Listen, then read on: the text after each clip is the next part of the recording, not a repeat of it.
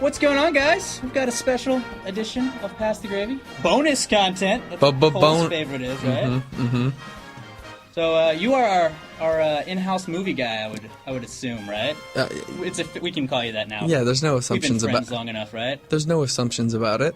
And today is like your Super Bowl.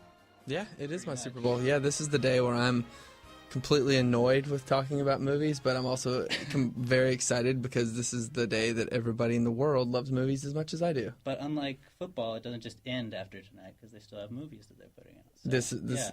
I have one question about the Oscars, and that is what is the time period for being a nominee? You have to have at least it in one film. Like, you have to have it in one screen before December 31st. Before December 31st. Yeah, so like you have to have a showing like in New York or LA. So even if you're just in like one theater. Right.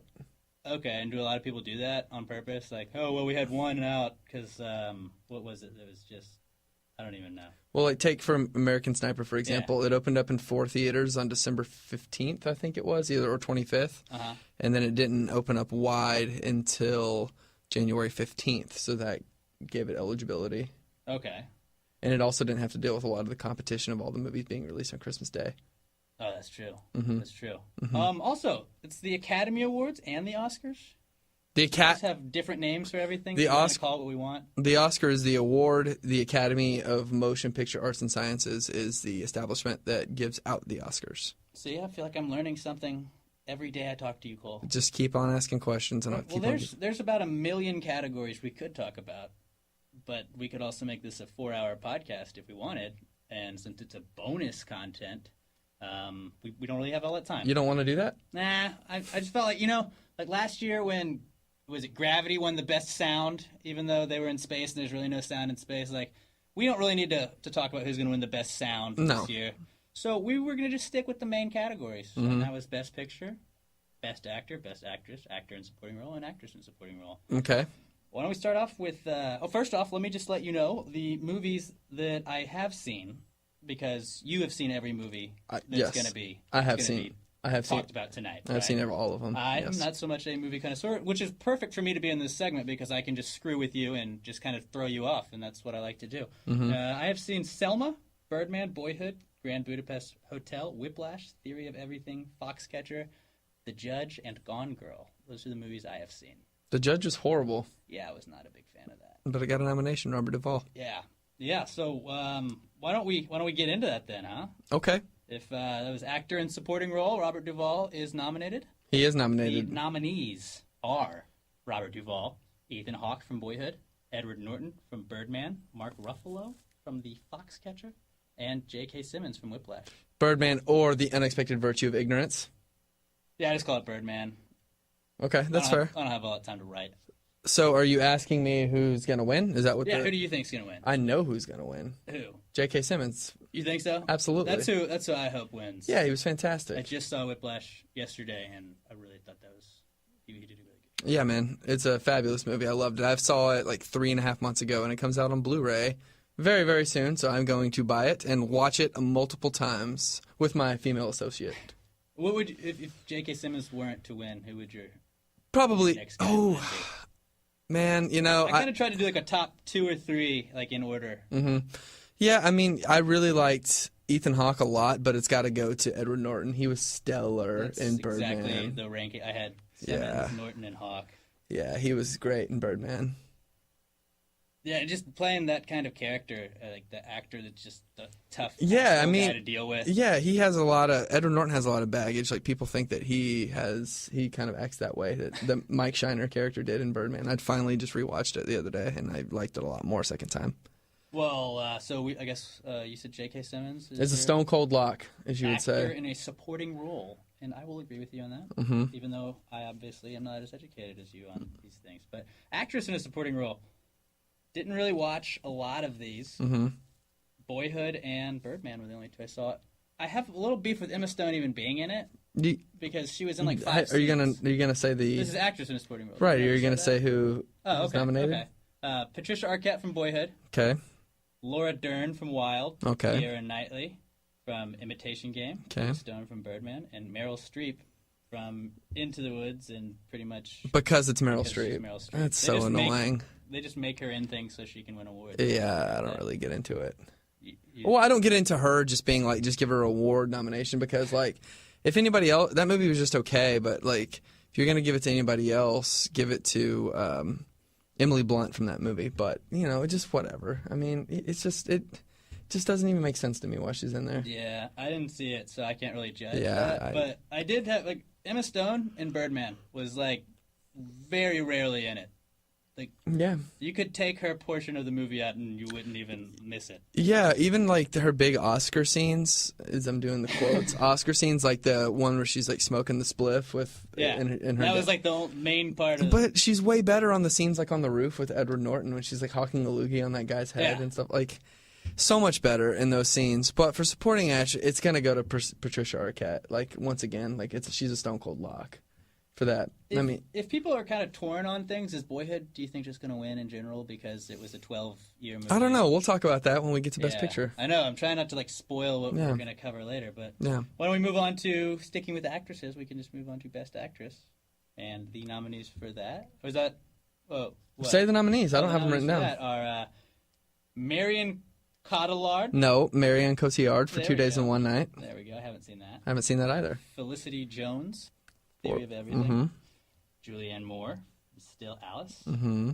Rosamund Pike, is that correct? Rosamund Pike. Rosamund Pike from Gone Girl, and Reese Witherspoon from Wild. Okay. Who you got in that one? Well, my gut is to go for Rosamund Pike. She was so good in that role, so good. Yeah, she played a crazy psycho girlfriend pretty well, didn't she? Yeah, 2 days. Yeah, sure. It was just like, she had a lot of layers to her performance, and she really did that without sacrificing any, like, I don't know. It was just believable in, like, the weirdest way. But Felicity Jones in Theory of Everything? She was just whatever. She was really hot, and she got that, but it was like... You can't just... Yeah, I'm not... That's you not can't just give awards for being hot. Well, that's not even, like, a proper critique, man. Right. Well, obviously, I'm not the movie critic. Okay, so that's my job. But I mean, I would love to have seen 2 Days, One Night. And that's the only Oscar film I really haven't gotten around to seeing, and I had a screener for it. How was Reese Witherspoon in Wild? She's good. I like that she was trying to do something different with this movie. She didn't wear any pink in this one. But man, it was a good role. I just didn't really care for the film that much. For me, I would probably give it to Julianne Moore just because she's been nominated for 5 times and it's her 5th time to be nominated, and she has yet to get an Oscar. I would pick Pike just because it's one of the few I've seen. Okay. I really liked Still Alice. That was a good movie. Moving on to Best Actor, and the nominees in that one are Steve Carell from Foxcatcher, Bradley Cooper, American Sniper, Benedict Cumberbatch, The Imitation Game, Michael Keaton in Birdman, and Eddie Redmayne in Theory of Everything. Okay, this is a tricky one. Actually, it's not tricky, but... So Michael Keaton is the only one that is not playing a real-life person out of those 5 people, out of those 5 nominees. Does that kind of hurt him, you think? No, it's probably going to go to Redmayne. That's who I picked. But, it probably is. I think if I was to give it to anybody, it'd be Ralph Fiennes in Grand Budapest Hotel. Why do you think he didn't even get... That I have no clue. I am beside myself by that because that was the best performance of all last year. It was incredible. That was a really good movie. But Michael Keaton, man. Michael Keaton's an incredible actor. He totally deserves it, man. He's been in some great films. Beetlejuice. Batman, yeah. Like... He's a really, really fantastic actor. People just really kind of count him out. But, luckily he got this really meaty role, and he was really good. Yeah, he did a really good job. Really good. It's funny, man. His character is just like this starving artist, and I was listening to this talk about that he was doing on, it was probably NPR or something like that. And the very opening scene where he's, like, levitating in his underwear. But it's, like, funny because, like, that's all, like, a metaphor for, like, his characters and the fact that, like, he can't just meditate. He's got to levitate. Yeah. And it's like, that's all in his head. Like, he thinks that highly of himself that he would levitate. But it was just, and that's hilarious to think about. I love that the movie was kind of using that throughout. Yeah. I really think I'm going to have to watch it again and again. It was a really solid movie. So I'd probably give it to Michael Keaton. You're turning me on to Keaton just by saying that. But I feel like Redmayne... He's incredible. Redmayne did such a good job playing someone with did, but disability. And I feel like that's kind of like one of those where it's like almost a gimme. Yeah. But I think he did a very good job. Man, that's what the Academy's definitely going to go for that type of role every time. Mm-hmm. Every time they love it. They love it. Look at if you look at past nominees, right, and past winners, Sean Penn win for I Am Sam? I don't think so. No, because that was a pretty crazy job. That was a good movie. I was just trying to think of people that had to play somebody with a disability. Right, like Russell Crowe, A Beautiful Mind is what I'm thinking about, or Tom Hanks and Forrest Gump. So, but yeah, I mean, Redmayne, it's just, I just didn't really like the movie. So okay, well, sticking on to the movie, did that not seem kind of like A Beautiful Mind changed up a little bit? No, Beautiful Mind is about schizophrenia. Right, I know. I mean, the disease was different, but it kind of like the storyline kind of followed that. Right, yeah, we were texting about that, but I just don't agree. Yeah. See, that's why you're the movie critic, and I just comment. This is what I do. I'm the YouTube commenter. This is what I do. Why don't we move on to the most important one, I guess. Okay. And that is the Best Picture category. Mm-hmm. American Sniper, Selma, The Theory of Everything, Imitation Game, Birdman, Boyhood, Grand Budapest Hotel, and Whiplash. Okay, so all these films are pretty great, minus Theory of Everything and Imitation Game. Theory of Everything was just so slow. It was. It just wasn't, I don't want to get into a big, long review. I just didn't really care for it. So if I could pick one to win, it would be Grand Budapest Hotel, of course. But it's going to be between Birdman and Boyhood. And because, I don't know why, because they're the front runners. The ambition of the 12-year project, which became Boyhood, and Birdman, which is... It's so artsy. I guess, man. What's kind of funny about that is the fact that,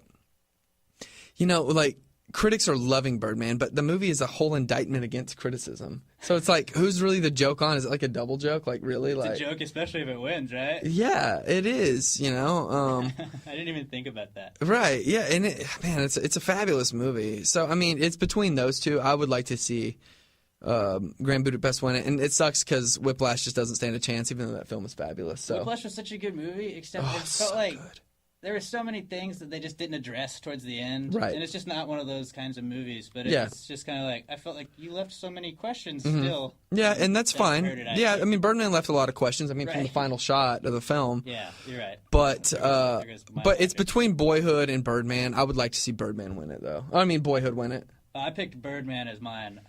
It's a cool movie, though. Yeah, Birdman's just the whole one-shot kind of thing they tried to pull off. Pretty incredible. Yeah. Pretty incredible stuff. So, what else we got? Does this wrap us up? That's about it. What was the movie, I guess, in Best Picture that you went into with the least you thought was going to be the worst of these movies that ended up being the best of these? Well, because for me, I didn't really have a high expectation for Grand Budapest Hotel. I don't know why. Just going in, I didn't think it looked like it was going to be that great of a movie. Yeah. I was really into it the whole time. Well, I was lucky enough to screen that film a month before it came out up in Dallas, and that was fantastic. I guess I don't know why I needed to throw that in there, but I was really hashtag humble brag for R.I.P. Harris Whittles. But yeah, man, I'm always going to be down for a Wes Anderson movie. And the ones I didn't really like, I didn't really expect to like. I would say Birdman is probably the one that surprised me the most second go around. It really has a lot of substance to it. What do you think? Or American Sniper. That movie, say what you want about it, controversy or not, it raised a lot of questions. What do you think about Selma? Do you think that Selma's going to get like the race card? I mean, yeah, people are definitely going to pull the race card, I personally don't think it was good enough to be. It was a little, I found it bland. I thought it was a very powerful movie, but I'm personally not, like, a history guy. Right. So that's why I don't really get into, like, biopics and stuff like that. So, but, the Selma thing, people have been talking about it a lot. I didn't get, because I kept waiting for Luis to show up, and Luis never showed up. And I was like, I thought this was the sequel, right? That was Thelma, not Selma. No, it was Selma, right? No, I'm pretty sure it was Selma. Thelma. Pretty sure. Thelma. Pretty sure. Thelma. Pretty sure. We'll take this to the IMDb. Agree to disagree. Okay, agreed. Agree to disagree. And we can agree on that. Okay, so this is it? Are we done? That'll be it. That'll be it. Can I go back to watching more movies now? Yeah, I guess so. So, all right. in the words of our forefathers, pass the gravy, bitches. Boom.